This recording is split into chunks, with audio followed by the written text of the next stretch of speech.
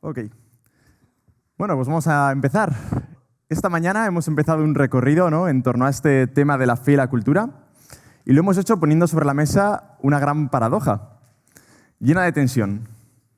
Como cristianos, sabemos que no pertenecemos al mundo, pero al mismo tiempo sabemos que estamos en el mundo. ¿Y a esto cómo le hemos llamado? No somos, pero estamos. No somos, pero estamos. Y llegábamos a una conclusión, y es que el diálogo con la cultura no es una opción para el creyente. El diálogo con la cultura es parte de nuestra misión como seguidores y seguidoras de Jesús. Y para crear este puente, también hemos visto lo importante que es ponerse en los zapatos de nuestros semejantes, comprender la realidad que nos rodea y desde ahí dar a conocer a Jesús.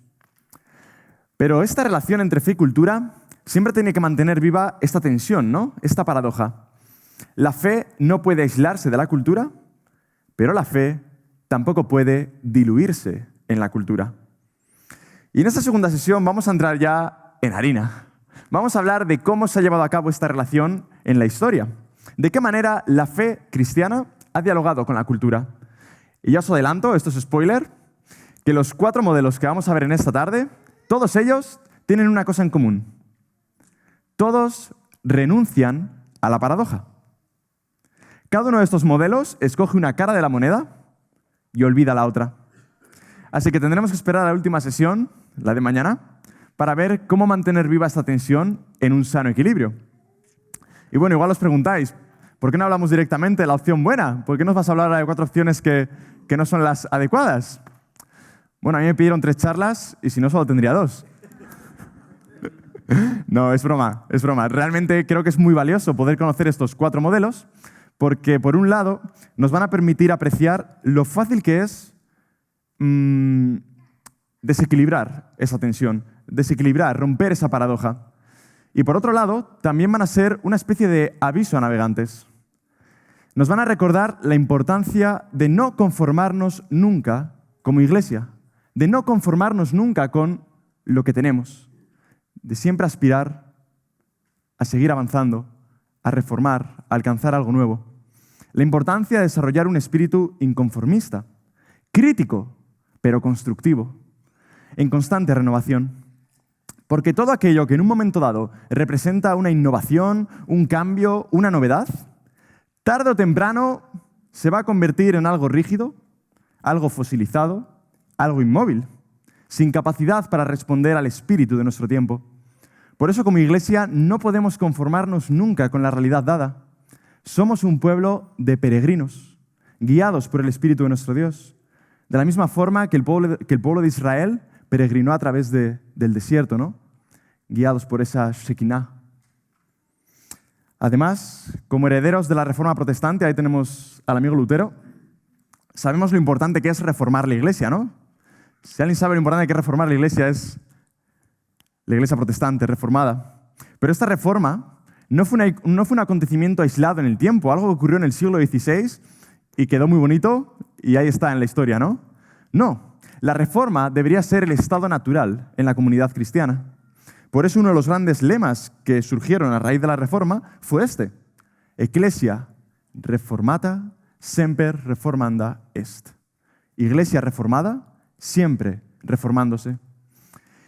Y si hay un texto en la Biblia donde se nos invita a desarrollar este espíritu inconformista y reformador, es sin duda ese texto de Pablo en su carta a los Romanos, capítulo 12, versículo 2. No os conforméis a este mundo. Al contrario, dejaos transformar y renovad vuestro interior de tal manera que sepáis apreciar lo que Dios quiere, es decir, lo bueno, lo que es grato, lo perfecto. Si os fijáis, en ese texto podemos percibir de nuevo esa tensión, esa paradoja que veíamos en Juan 17. Pablo nos dice: hermanos, aislaos del mundo para que así podáis renovar vuestro interior y hacer la voluntad de Dios. Pablo tampoco dice: conformaos a este mundo y así haced la voluntad de Dios. No. Lo que Pablo hace es invitarnos a algo más complicado, ¿no? A abrazar esa paradoja, a sostener sobre nuestros hombros la tensión de saber que no pertenecemos a este mundo, pero estamos en él. y estar en este mundo tiene unas implicaciones concretas. El Evangelio pide algo de nosotros. Esto lo tenemos más o menos claro todos los creyentes. Pero el debate a lo largo de toda la historia del cristianismo ha estado en cómo se materializa esto, en cómo se lleva a la práctica, cómo se desarrolla en la vida. Y de eso vamos a hablar ahora.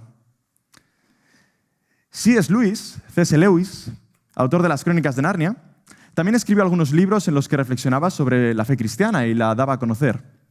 Y uno de ellos, muy conocido, es Mero Cristianismo, o Cristianismo y nada más, en América Latina. Y en este libro, Lewis habla sobre el papel del cristianismo en el mundo. Lewis desarrolla aquí un símil echando mano del lenguaje bélico. Y él plantea lo siguiente. El cristianismo nos ofrece la visión de un mundo en guerra, de un territorio que ha sido ocupado por el enemigo.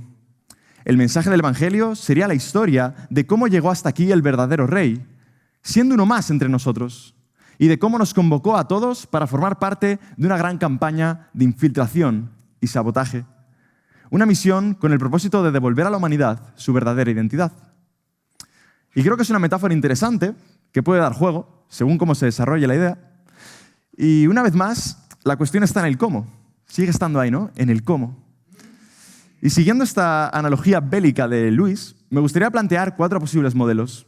4 posibles respuestas a esa pregunta, ¿no? ¿Cómo se relaciona la fe con la cultura?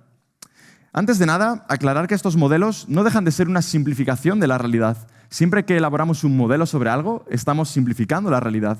Seguramente, cuando analicemos la vida que nos rodea, esos modelos no se replican al 100%, todo sea mucho más complicado, ¿no? Pero bueno, los modelos nos sirven para analizar ciertos fenómenos y tratar de entender un poco mejor las cosas, ¿no? Pero bueno, me parece importante aclarar que la realidad siempre va a ser más compleja de lo que los modelos puedan expresar. Hola, Isadi. Dicho esto, vamos a comenzar con el primer modelo, la espiritualidad del búnker. ¿Qué es un búnker? Es un refugio, ¿no? Un refugio que se suele emplear en los conflictos bélicos para resguardarse de los bombardeos, ¿no? Del mismo modo, la espiritualidad del búnker sería aquella que nos invita a refugiarnos del mundo que nos rodea. Desde esta perspectiva, el mundo sería malo, malo por definición. Un ambiente hostil y peligroso con el que no debemos dialogar, sino más bien tenemos que protegernos de él, porque es malo y peligroso. Cuando entendemos nuestra relación con la cultura en clave de búnker, lo que hacemos es huir de la realidad. Es el espíritu de la fuga mundi, la huida o el aislamiento del mundo. Una fe que se refugia dentro de la Iglesia, entre las 4 paredes de la espiritualidad cristiana. ¿Y el objetivo de este aislamiento cuál es? Protegernos de lo que consideramos que es una amenaza, ¿no? El mundo que está allá afuera. La espiritualidad del búnker pretende mantenerse pura, sin mancha, sin contaminación cultural. Y recalco la palabra pretende, porque no existe ninguna versión del cristianismo que no esté influenciada por la cultura. Desde los tiempos de Pedro y Pablo en el siglo I hasta el día de hoy, el cristianismo siempre ha desarrollado su fe en un marco cultural concreto, compartido con el entorno social desde el principio. En tiempos de Jesús hubo movimientos que trataron de replicar este modelo de espiritualidad de tipo búnker, y es el caso de los famosos esenios. No sé si habéis escuchado hablar de ellos, seguramente sí. Los esenios creían que la sociedad judía estaba tan perdida, tan alejada de Dios, tan corrompida, que la única alternativa era huir, alejarse, marchar al desierto.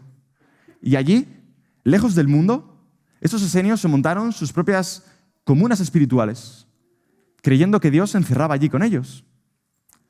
Movimientos que, viendo las prácticas que tenían, hoy calificaríamos como de auténticas sectas, sin lugar a dudas. Y es significativo que Jesús nunca se mostró afín a este tipo de espiritualidad huidiza. Sin embargo, en la historia del cristianismo, este modelo se ha reproducido. El ejemplo más clásico es el de los padres y madres del desierto en el siglo IV. Aquí ocurrió algo en el siglo IV, algo muy importante, y es que el cristianismo fue reconocido como religión oficial dentro del Imperio Romano. Y esto implicó algo más grande todavía, y es que la persecución de los cristianos terminó. En este contexto, hubo cristianos que vieron esta época de paz como una auténtica trampa, y en muchos sentidos lo fue. Esos cristianos vieron esta paz como un engaño del maligno. Y es en este contexto donde surgen estos padres y madres del desierto, monjes y ermitaños ascetas que decidieron separarse del mundo, de la sociedad y de la iglesia, para vivir en la soledad de los desiertos de Siria y Egipto. Para estos cristianos, el camino de la huida era una forma de librar una batalla espiritual con ese mal que había dominado a la sociedad y a la iglesia. Huyendo del mundo, pensaban unirse más a Cristo y extender el reino, pero lo que estaban haciendo era renunciar a la misión de Dios, abandonar su lugar en el mundo. Hoy en nuestras sociedades modernas es muy raro que los cristianos nos podamos montar una vida completamente al margen de la sociedad. Esto es muy raro. Puede haber casos, pero no es muy común. De una u otra forma nos vemos obligados a vivir en contacto con el mundo y la sociedad, ya sea en el trabajo, en las actividades de la vida cotidiana. Pero de otra manera, de algunas maneras, la espiritualidad del búnker sigue latente bajo nuevas formas. Por ejemplo, cuando en la iglesia intentamos llenar todos los espacios con actividades edificantes dentro del grupo, ¿no? Metidos dentro de la iglesia, siempre ocupados, ¿no? Como dice este meme, viene aquí la policía y dice: «Los tenemos rodeados, estamos dispuestos a llegar a un acuerdo, pero por favor, dejen salir a todos los rehenes. Sus familias, amigos y vecinos los quieren de vuelta». Hoy quizá no podamos huir del mundo tan fácilmente, pero podemos hacer lo posible por darle la espalda en todo momento, aunque eso implique cortar nuestros lazos con familia, amigos o la propia sociedad. Cuando el cristianismo adopta este modelo, se convierte en lo que se denomina una subcultura, una cultura de gueto. Y esto tiene dos problemas. En primer lugar, la espiritualidad del búnker hace que el cristianismo se vuelva completamente irrelevante. Al cortar su relación con el mundo, deja de tener ningún tipo de influencia o relevancia en la sociedad. Pasa a ser un completo desconocido.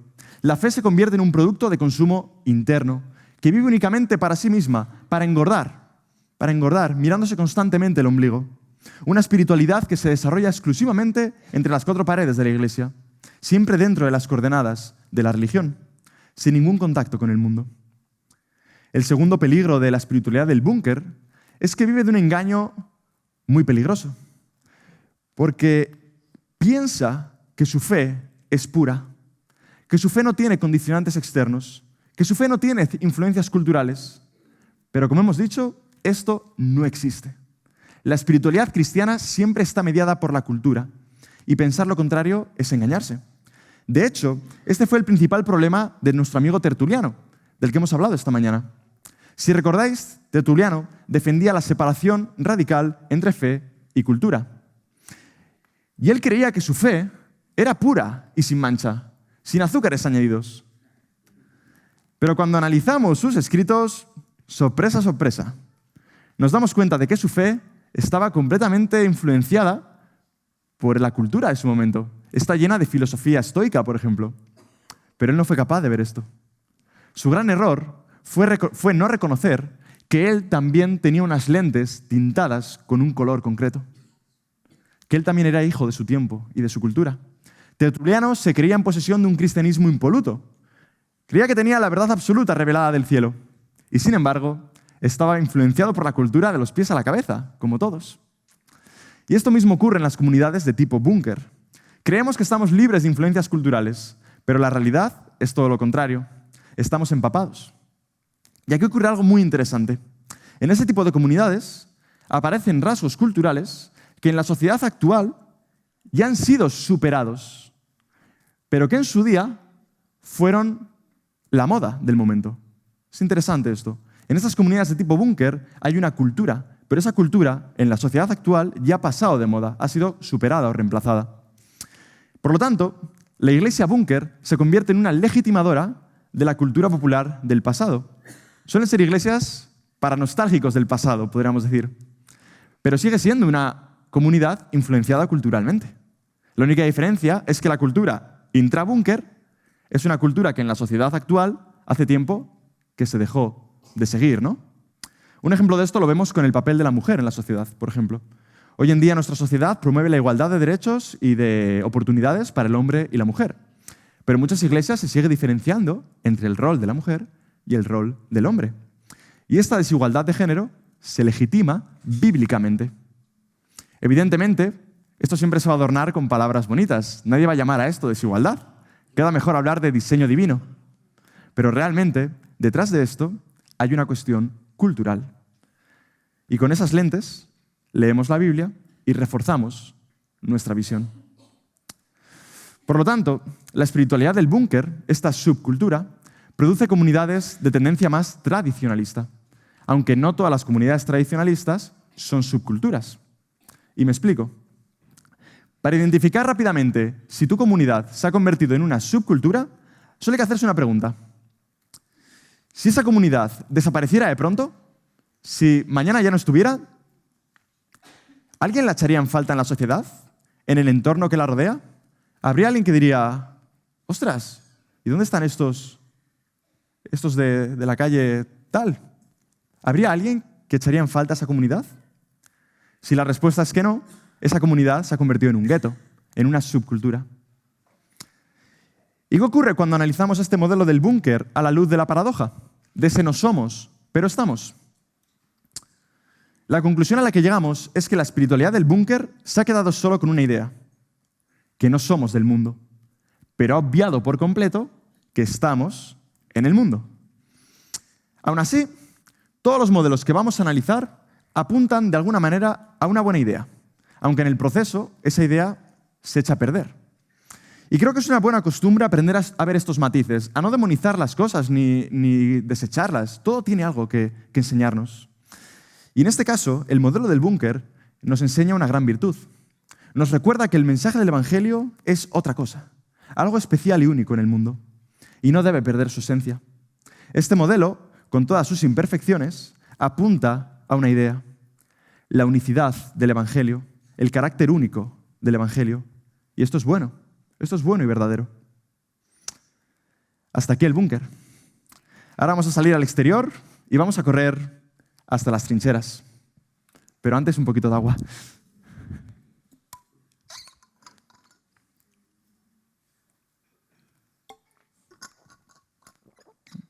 A diferencia del búnker, la trinchera está en medio del campo de batalla. También tiene una función defensiva, pero está pensada para poder disparar al enemigo a la vez que tú tienes una cobertura. Siguiendo esta analogía, podríamos decir que el modelo de la trinchera se sitúa en medio del mundo, pero nos invita a luchar constantemente con la sociedad que nos rodea. Ya no se trata de encerrarnos entre cuatro paredes, como en el búnker, sino de salir afuera, a la sociedad, y entrar en contacto con la cultura. Pero cuidado, una cultura que sigue siendo mi enemiga, sigue siendo negativa, y por eso hay que contrarrestarla, hay que plantarle cara, hay que hacerle frente. Cuando la fe cristiana entiende su relación con la cultura en clave de trinchera, lo que hace es desarrollar iniciativas que van en contraposición a lo que la sociedad hace. Si la sociedad va por aquí, yo voy a ir por allí, en todo momento. Es el espíritu de ir contracorriente, en oposición al mundo. Esta fe es consciente de que está en medio de la cultura, se sitúa en el mundo, pero no lo abraza, ni tampoco lo acoge, lo contrarresta, le planta cara, cuestiona constantemente a la cultura. Y para lograr esto, ¿qué es lo que hace? Desarrolla una cultura alternativa, lo que se conoce como contracultura, que sigue siendo parte de la misma sociedad, pero mediante un estilo de contraste, ¿no? De oposición. Y este modelo ha dado origen a lo que popularmente se conoce como cultura cristiana, o en nuestro caso, cultura evangélica. ¿Y esto qué es? Pues básicamente consiste en coger la realidad cultural que nos rodea y dividirla en dos. Por un lado tenemos lo cristiano y por otro lado tenemos lo secular. Separar las cosas del mundo de las cosas de Dios. Si la sociedad crea su música, nosotros hacemos nuestra música. Seguramente siguiendo el mismo patrón de la música cultural, pero es nuestra música y la llamamos música cristiana. Y eso se puede aplicar a cualquier otro ámbito. Podríamos hablar del cine, de la literatura, del lenguaje, de la vestimenta, del estilo de vida. Desde este modelo, los cristianos creen que tienen que distinguirse claramente del resto de la sociedad en absolutamente todo. Y una vez más, en tiempos de Jesús, también hubo quienes optaron por este modelo. Es el caso de los fariseos. Los fariseos veían también a la sociedad judía completamente perdida. Pero cuidado, ellos no se fueron, ellos estaban en medio de ella, estaban ahí metidos en la cultura, con el deseo de que las personas les escucharan y cambiaran de forma de actuar, ¿no? De forma de moverse en el mundo. La solución de los fariseos era la contracultura, que los judíos adoptaran un estilo de vida diferente, siguiendo todos los preceptos de la Torá. Una vida marcada por dos ingredientes, la santidad y la pureza. Dos conceptos clave para los fariseos. Y esta santidad y esta pureza la entendían en clave de separación. Eso significaba marcar una distancia clara con el resto de la sociedad. Pero una vez más, Jesús se desmarcó totalmente de este tipo de espiritualidad. Porque para Jesús, la santidad no era sinónimo de separación, sino de todo lo contrario, de comunión íntima y fraterna. Y por eso tuvo tantos rifirrafes con los fariseos. En nuestro contexto actual, este modelo busca estar presente en la sociedad, pero siempre desmarcándose del resto. Por ejemplo, si en mi ciudad hay un banco de alimentos gestionado por el ayuntamiento y piden colaboración, yo como cristiano no voy a colaborar ahí. Como cristiano voy a desarrollar mi propio banco de alimentos con el sello de cristiano. Y así con todo lo demás. Si en la sociedad hay escuelas públicas, la Iglesia creará sus propias entidades educativas bajo su control. Y así con cualquier otra cuestión. La idea es, vale, estamos presentes, existimos en el mundo, pero cuidado, que nadie nos confunda. Somos diferentes y lo dejamos bien claro en todo momento. Que se note a la legua. No colaboramos en lo que la sociedad hace, sino que desarrollamos nuestras propias iniciativas con el sello de cristiano. Y detrás de esto siempre hay una mirada crítica hacia la sociedad, una mirada de sospecha. Al final hay una sensación constante de estar en guerra con la cultura, una fe de trinchera. El mayor problema que tiene este modelo, a mi parecer, es que no termina de dialogar. Esto no es diálogo, no hay puentes. Lo que hacemos es entrar en el mundo, crear otra cultura y oponerla a todo lo demás, esperando a que los demás abandonen su cultura y se unan a nosotros, claro. Como dice este meme, queremos ser nosotros los cocineros, en vez de ser la sal. Queremos ser nosotros los cocineros, en vez de ser la sal. En vez de ser un instrumento en las manos de Dios para dar sabor al mundo. En vez de confiar en la obra del Espíritu, preferimos coger nosotros mismos las riendas y manejar el cotarro, ¿no? Que esté bajo nuestro control. Pero esa nunca fue la idea. En este modelo es verdad que hay cierta relevancia social, porque de alguna manera estamos en el mundo, se nos ve, se nos conoce, pero en el fondo estamos desconectados. No estamos hablando el idioma de la gente, ni tampoco estamos poniéndonos en sus zapatos. No estamos abrazando a la humanidad, ni amándola como Dios la ama. Estamos en guerra con ella. Y eso dificulta muchísimo que el mensaje del Evangelio llegue a los corazones de las personas. No sé qué pensaréis, pero creo que este modelo es muy popular entre las iglesias. Creo que es uno de los más populares. Es verdad que siempre hay matices, como en todo, pero en general diría que este modelo ha tenido mucho tirón. Ahora bien, ¿es este el camino más excelente? En su mejor versión, la espiritualidad de la trinchera es capaz de crear comunidades comprometidas con su realidad, que no se conforman con las condiciones sociales, que buscan transformar el mundo. Y eso es bueno. Pero es muy fácil que esta espiritualidad de trinchera se acabe convirtiendo en una espiritualidad fundamentalista, en una visión completamente cerrada al diálogo, una posición que se cree en la verdad absoluta y que no está dispuesta a escuchar a los demás.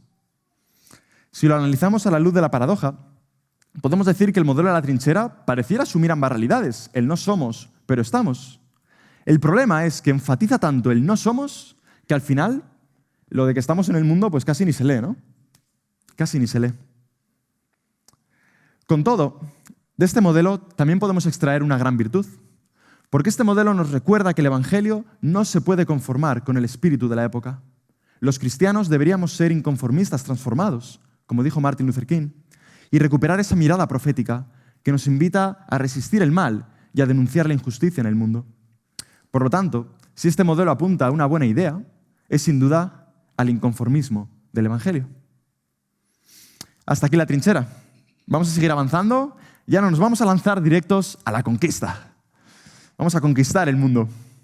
Porque esta sería el tercer modelo, el espíritu de la conquista, el modelo de la conquista. Conquista en el lenguaje militar hace referencia al acto de imponerse sobre el enemigo mediante el uso de la fuerza, mediante el uso del poder. En este caso, el modelo de la conquista implica que una cultura somete a la otra. Es decir, hablamos de una fe cristiana que busca o aspira a conquistar la cultura y de ese modo imponer sus propios valores a los demás. Es el camino de la imposición cultural a través del poder. Y eso es lo que ocurrió pues, durante toda la cristiandad, ¿no? Cuando la fe cristiana se convirtió en religión oficial del imperio. ¿Y qué hay detrás de este modelo? Hay un deseo de que la Iglesia domine a la cultura. Y una vez más, aquí la cultura también se ve como una enemiga, como algo que debe ser sometido y aplacado. A este fenómeno los sociólogos lo llaman aculturación, cuando una cultura domina sobre otra, imponiéndose la que es más fuerte. Y en tiempos de Jesús, este modelo fue el que tuvieron los celotes, aunque es verdad que no tuvieron ocasión de llevarlo a cabo. Estaban tan sometidos por el Imperio Romano que no tuvieron mucha maniobra. En todo caso, eran los romanos los que estaban sometiendo a la cultura judía. Sin embargo, sabemos que Jesús marcó distancia con las aspiraciones de los celotes, con estos revolucionarios armados. Jesús marcó distancia con este deseo de alcanzar el poder y de conquistar la cultura mediante la fuerza. De esto también nos hablan los relatos de las tentaciones de Jesús en los evangelios. Nos están hablando también de esta gran tentación, ¿no?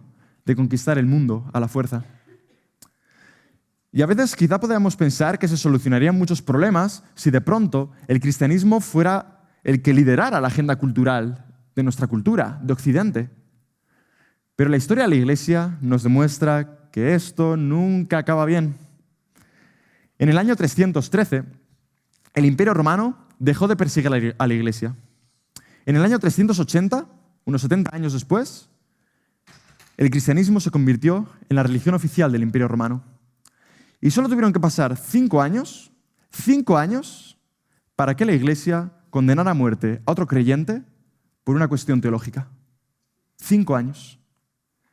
En el 385, Prisciliano fue decapitado por sus ideas teológicas. En apenas 70 años, la Iglesia pasó de ser perseguida a convertirse en perseguidora. Es que, como dice Philip Yancey, cuando la fe cristiana se une con el poder, va cambiando sutilmente de naturaleza. Y al final, la fe se vuelve irreconocible. Los valores del Evangelio quedan completamente desfigurados. Otro ejemplo lo podríamos encontrar en la ginebra de Calvino, que no era una bebida alcohólica, sino todo lo contrario. Calvino intentó instaurar en la ciudad de Ginebra un Estado cristiano, donde la ley judicial estaba regulada mediante la moral y la conducta cristiana.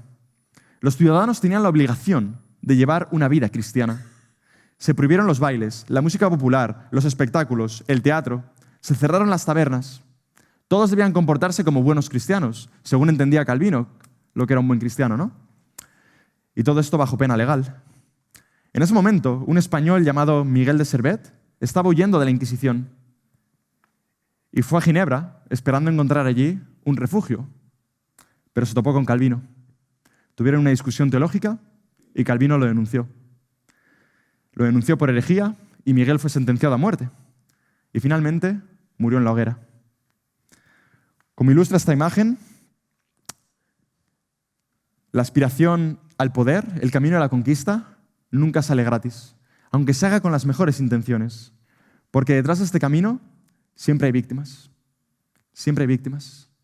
Como dijo Lord Acton, el poder corrompe y el poder absoluto corrompe absolutamente. Y si analizamos la labor misionera a lo largo de la historia de la Iglesia, en muchas ocasiones también nos encontramos con problemas derivados de esta espiritualidad de la conquista.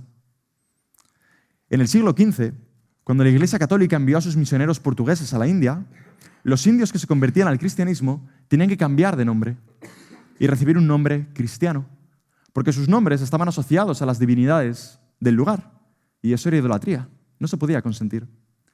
Cuando un chino de Macao se convertía al cristianismo, tenía que cortarse la coleta, ponerse un traje portugués y convertirse en un auténtico extraño para su gente. ¿Y qué ocurría cuando la fe cristiana alcanzaba tribus con costumbres sociales totalmente distintas? ¿Cómo se gestiona, por ejemplo, la poligamia en una tribu africana? Si una familia africana de una tribu se convierte al cristianismo y el marido tiene varias mujeres, ¿qué tiene que hacer? ¿Elegir una de ellas y abandonar a las demás? ¿Cómo se gestiona eso? ¿Cómo se gestiona la diversidad cultural en nuestro mundo? ¿Y en nuestra sociedad? No es tan fácil. No es tan fácil. El modelo de la conquista, el mayor problema que tiene, es que no ve matices. Le dan exactamente igual los matices. Lo único que busca es imponer su cultura cristiana y simplificar con ello la realidad. Se crea un molde de cultura cristiana y se trata de imponer a todo el mundo. Pero al final, no deja de ser otra forma de renunciar a la paradoja, de optar por un camino muy cómodo y muy fácil. Y aunque puede parecer que este modelo ya estaba más que superado, para nosotros, nada más lejos de la realidad. La historia nos ha enseñado que este camino no conduce a buen puerto, pero seguimos sintiéndonos atraídos por el poder, también los evangélicos. Confiamos en nuestras propias fuerzas y no en el Espíritu de nuestro Dios. Muchos creyentes aún sueñan con una cristiandad restaurada. Un mundo en el que la Iglesia vuelva a ser quien marque el rumbo. Quien marque el rumbo de la sociedad, quien marque el rumbo de la cultura. Y detrás de esto está este modelo. Cada vez que los cristianos nos alineamos en masa a favor de ciertos movimientos políticos, por ejemplo, creyendo que van a luchar por devolver a la sociedad una cultura o unos valores supuestamente cristianos, estamos coqueteando con la espiritualidad de la conquista. Pero como dice Lucas Magnin, la historia ha demostrado hasta el hartazgo que es muy mal negocio vender nuestra primogenitura por un plato de lentejas. Si lo analizamos a la luz de la paradoja, puede parecer que el modelo de la conquista también mantiene ambas realidades, pero en su deseo de conquistar el mundo, termina sacrificando la esencia de la fe por el camino y al final rompe la tensión y lo estropea todo. Como veis, el no somos del mundo ni se ve, pero está claro que estamos. ¿Pero de qué manera? Aún así, de este modelo también podemos extraer una virtud. Porque este modelo nos recuerda que la fe cristiana no se puede reducir a una mera experiencia individual, de tipo espiritual privado. No, el Evangelio posee un alcance universal. Es cierto, el reino de Dios tiene unas pretensiones globales, cósmicas diría incluso, con consecuencias prácticas para nuestra vida. Pero este alcance universal depende del Espíritu de Dios, no del poder hegemónico. Con todo, podemos decir que este modelo apunta hacia una idea interesante, una idea oportuna. Y es esa, la aplicabilidad del Evangelio. La idea de que la fe se tiene que materializar en la realidad concreta. Y ese es un buen punto. Hasta aquí la conquista. Vamos a por el último. ¿Cuál nos queda? ¿Cuál queréis que queda? Mientras bebo agua. ¿A alguien se le ocurre?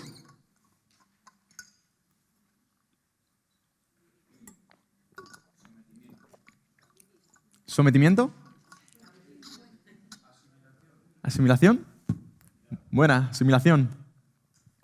Nos queda la espiritualidad de la rendición, la bandera blanca. La rendición es eso, ¿no? Tirar las armas, levantar bandera blanca y entregarse en manos del oponente. Y con esto, de lo que hablamos es de esa fe que se conforma con la realidad que le rodea y se adapta a la cultura de manera completamente acrítica. Es la espiritualidad de la rendición, cuando la cultura conquista a la Iglesia, cuando la fe se diluye completamente con la cultura hasta desaparecer. En este modelo, la fe se sitúa en el mundo, dialoga con la cultura e incluso la abraza y la acoge, pero por el camino olvida su identidad. Cuando la fe cristiana entiende su relación con la cultura en clave de rendición, lo que hace es sacrificar su mensaje a cambio de relevancia social. Es un cristianismo, podríamos decir, con complejo de inferioridad. Nos convertimos en un agente al servicio de la agenda cultural. Y esa sumisión termina legitimando la realidad social de una manera totalmente acrítica. Es una fe que pierde su relevancia porque no tiene nada distinto que ofrecer al mundo. No se distingue en nada de los demás. Ha condicionado sus valores, su identidad y su esencia al espíritu de la época.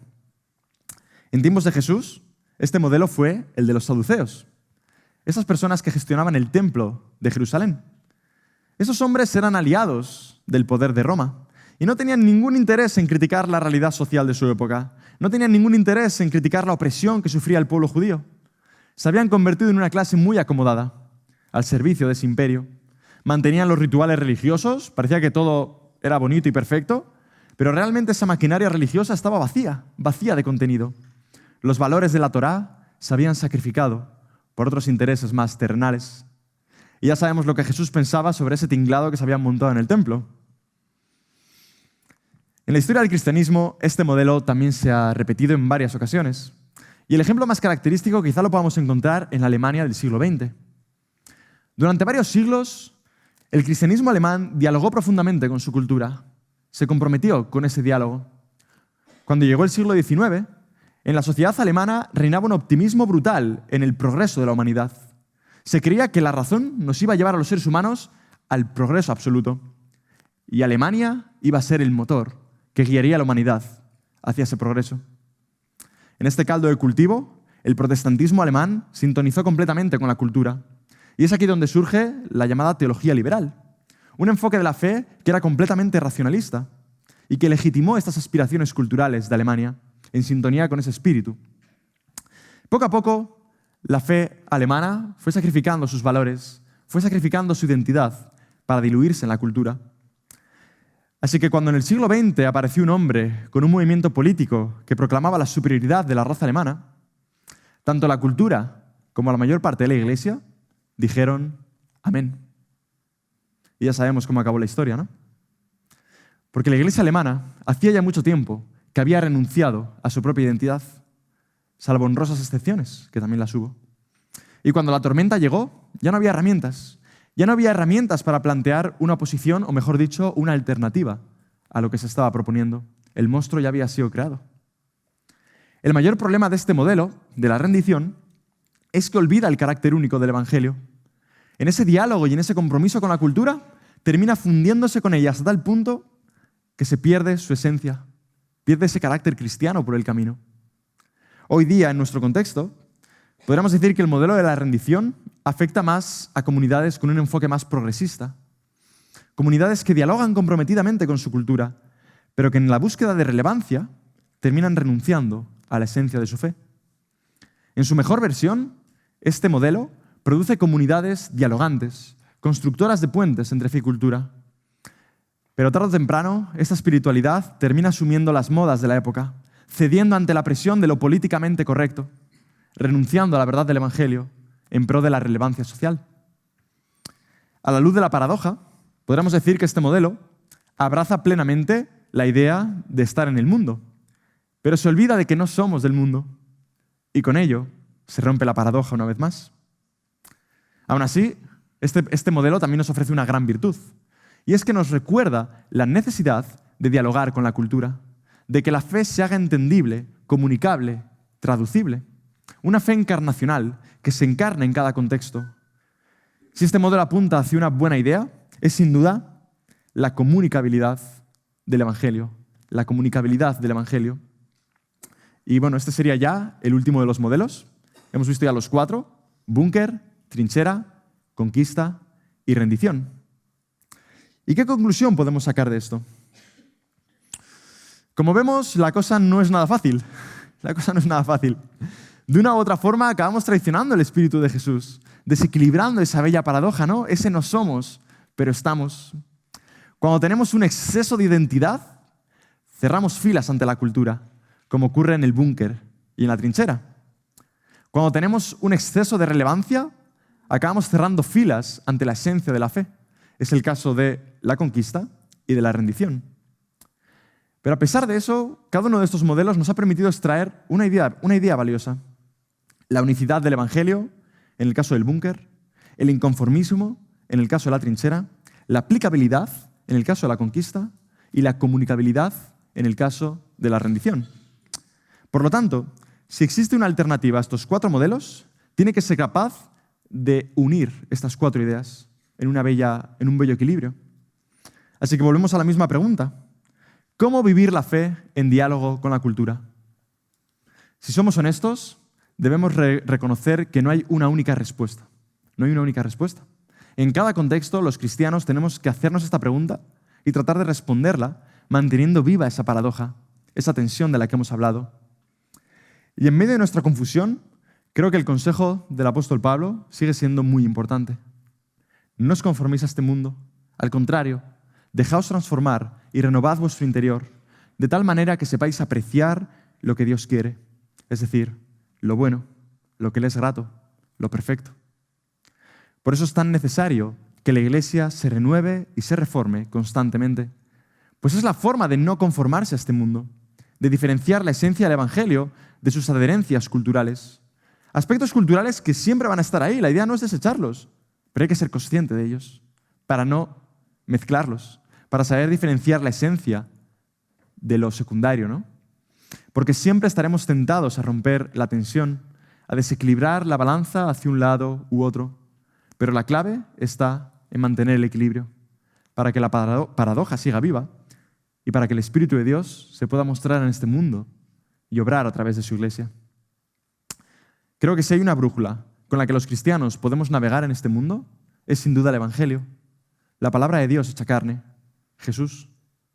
Si podemos sacar algo en claro, es que toda reforma, todo diálogo que podamos llevar a cabo, todo lo que podamos hacer como iglesia, debe partir de este Jesús, ¿no? De esta ancla, de este punto de referencia.